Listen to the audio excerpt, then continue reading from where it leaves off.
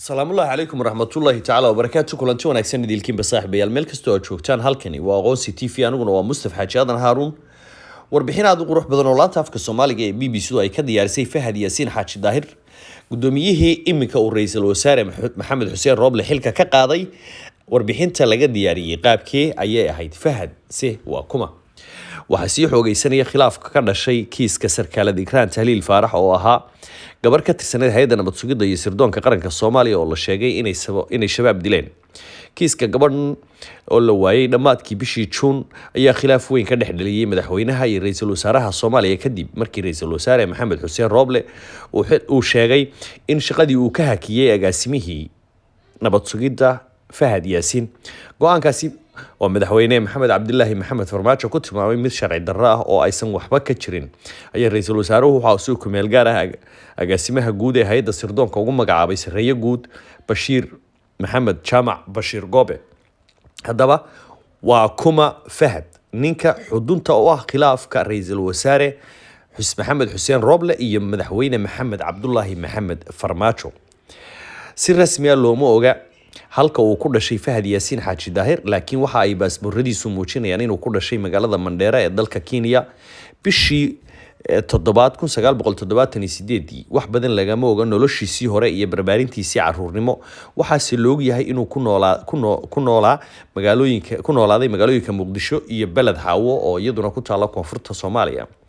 si banaanyaal ah wali Fahad uguma uu sheekaynin waxbarashadiisii laakiin dad yaqaan waxa ay BBC laanteed afka Soomaaliga u sheegeen in waxbarasho uu u tagay dalka Yemen kadibna uu dib ugu soo laabtay Soomaaliya halkaasna uu kala jaan qaaday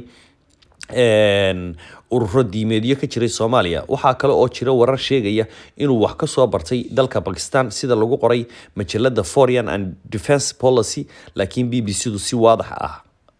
madax banaan uma xaqiijin karto arintaasi ayay BBC-du qoraalkeeda ku dhahday ururka Itixaad ee Gedo waxa uu kamid ahaa dhalinyaradii sagaashameeyadii ku biirtay dhaqdhaqaaqyadii Islaamiga ah ee ka hana qaaday Soomaaliya horaantii 80-maadkii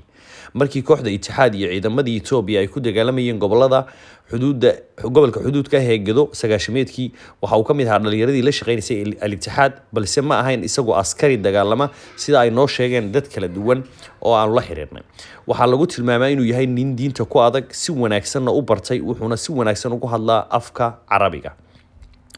qoraa soo ifbixitaankii internetka iyo websaydyada waxa uu kamid ahaa wariyayaal muuqaalo iyo faallooyin ku qori jiray mid kamid ah bogagii ugu caansanaa Soomaalida ee somalitalk.com isagoo wax badan ka qori jiray siyaasadda iyo dhaqdhaqaaqyada kooxaha Islaamiga ah intii uu la shaqeynayay bogan waxa uu tabin jiray shirarka dib u heshiisiinta ee ka socday Kenya waxaana uu wareystay dad badan oo caan ah oo ay kamid ahaayeen madaxweynihii hore ee dawladda ku meel gaarka ahayd Cabdiqaasim Salaad Xasan oo uu ku wareystay magaalada Muqdisho waxaanu qori jiray maqaallo lagu dhaliili jiray hogaamiye kooxeedyadii Soomaaliya iyo dawladihii ku meel gaarka ahaa sida dawladda Cabdiqaasim Salaad Xasan iyo dawladda Cabdullaahi Yuusuf Axmed Allah u naxariistay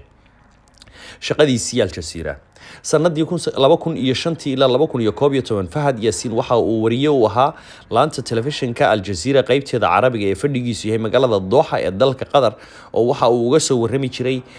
dalalka Soomaaliya Kenya Itoobiya iyo wadamo kale oo ku yaal Geeska Afrika intii uu wariyaha u ahaa Al Jazeera waxa uu wareystay qaar kamid ah hogaamiyaashii ururada Islaamiga ah sida Sheikh Xasan Turki oo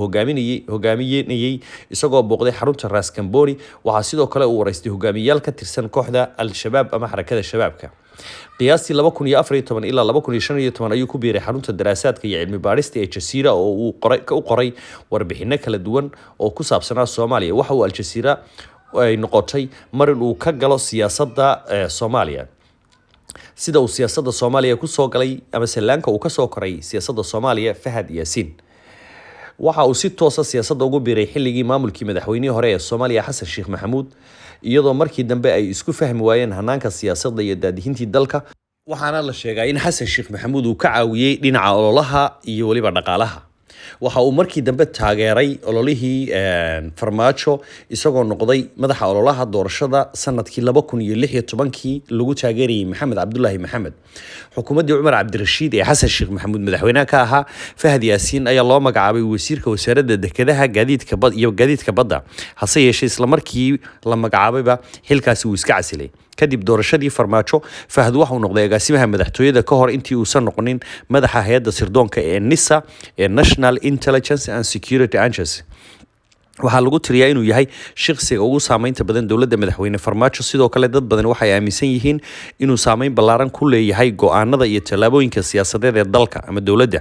olole doorasho oo adag ayuu la soo galay madaxweynaha talada haya Maxamed Cabdilaahi Farmaajo waxaana inta aan loo magacaabin xilka agaasime uu ku-xigeen ka noqday hay'adda nabad sugidda inuu mar ahaa agaasimaha madaxtooyada isagoo markaa agaasimaha madaxtooyada dadka u dhuundalola arrimaha siyaasadda ee Soomaaliya waxay aaminsan yihiin inuu wax badan ku soo kordhiyay nidaamka dowladeed halka uu kuwa kalena ay qabaan inuu noqday qof daaha gadaashiisa ka maamula dowladnimada Soomaaliya wax kasta oo laga tabanayo iyo wax kasta oo lagu tuhsan yahayba waxa jirta arrin aan dood ka taagnayn oo ah in uu yahay nin hayadeed oo karti badan wuxuu sameeyay xogayntii ugu horeysay ee madaxtooyada Soomaaliya ee si xoghayn la yaqaan u shaqeysa tan iyo burburkii iyo taliskii sirdoonka sida uu u habeeyay tan iyo intii uu ku biiray sidaas waxa BBC u sheegay Ibrahim Faarax Bursaliid oo ka faalooda arrimaha gobolka Geeska inta aan anigoo ka aqaano Fahad ma ahan qof garan kara inuu u arki kara waxa uu awoodo oo dan u ah waxa uu arki kara dowladnimadu inay tahay wax qabyaalad ku dhisan qofka uu ugu fariidsan ma raadiyo ee kan isaga uu wadan karo ayuu raadsadaa xagga dambe qofkii ka maamulayay dowladda ayuu isu arkaa waana taasi sababta loo yiri waa mulkiilaha dowladda ayuu yiri Cabdisalaan Ismaaciil Samatar oo la kulmay Fahad Yaasiin Xaaji Daahir sanadii 2012 waxa uu bilaabay inuu door weyn ku yeesho siyaasadda Soomaaliya isagoo sida la sheegay uu isticmaalay lacag ka timid dalka Qatar inuu ku gato codadka xubnaha baarlamaanka Soomaaliya ilo iyo dhawaan waxa uu ahaa Fahad mid leh kaalin ay Qatar u isticmaasho siyaasadda Soomaaliya isagoo oo aan u muuqanayn taasoo ay gaarsiisay heerka guusha siyaasadeed oo uu talaabay waana sida lagu qoray Book of Foreign and Defense Policy African Tourism asxaabtiisa oo BBC-da la hadlay ayaa sheegay in hadda ka hor ay siyaasadda lagu mutaysan karo wuxuu in uu sheegay in siyaasadda lagu mutaysan karo cadaab iyo janno hadba adigu sidii aad ugu dhaqanto dabeecadda gaarka ah ee Fahad Yaasiin inta la arkay Fahad waa nin ka duwan dadka ka shaqeeya siyaasadda Soomaaliya marka ay timaado la macaamilka dadweynaha waa nin aad isu qariya kana fogaada inuu ka soo muuqdo warbaahinta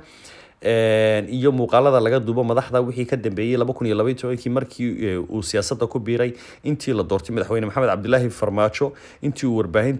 inuu warbaahinta la hadlo iska badaaye wax sawir ama muuqaal ah oo muuqda lagama qaadin taas si oo la leeyahay waxa ay muujinaysaa sida uusan u doonin in laga helo wax macluumaad ah wayna adag tahay in la ogaado qorshayaashiisa waxa kale oo Fahad Yaasiin leeyahay dabeecad kale oo ay adag tahay in lagu arko qof siyaasi Soomaali ah waana dhanka baraha bulshada inkastoo laga yaabo in dad ka shaqeeya arrimaha sirdoonka qaarkood ama ka soo shaqeeyay arrintaasi kala siman yihiin wax akoon ama ciwaan kuma lahan baraha bulshada sida Facebooka Instagramka iyo Twitterka ama meelaha wax lagu soo post gareeyo dhanka kale amaankiisa waxa dad garanaya ay BBC-da u sheegeen in aad loo ilaaliyo qofka doonaya inuusan qofna inaanu si sahlan ula kulmi karin waxaana dadka yaqaana ay sheegeen inuu yahay Fahad Yaasiin nin ku adag ballanta iyo go'aamadiisa siyaasadeed dad la kulmay qaarkood oo BBC-da ay la hadashay oo in la hadasho ka gaabsaday ama magacyadooda sheegto waxa ay sheegeen nin afgaaban oo hadal dhowrsoon misana aad uga fiirsada hadalka afkiisa ka soo baxaya inuu yahay Fahad Yaasiin Xaaji Daahir agaasimaha lafdhabarka u ah khilaafka soo kala dhex galay Maxamed Cabdulaahi Maxamed madaxweynaha dowladda federaalka ee Soomaaliya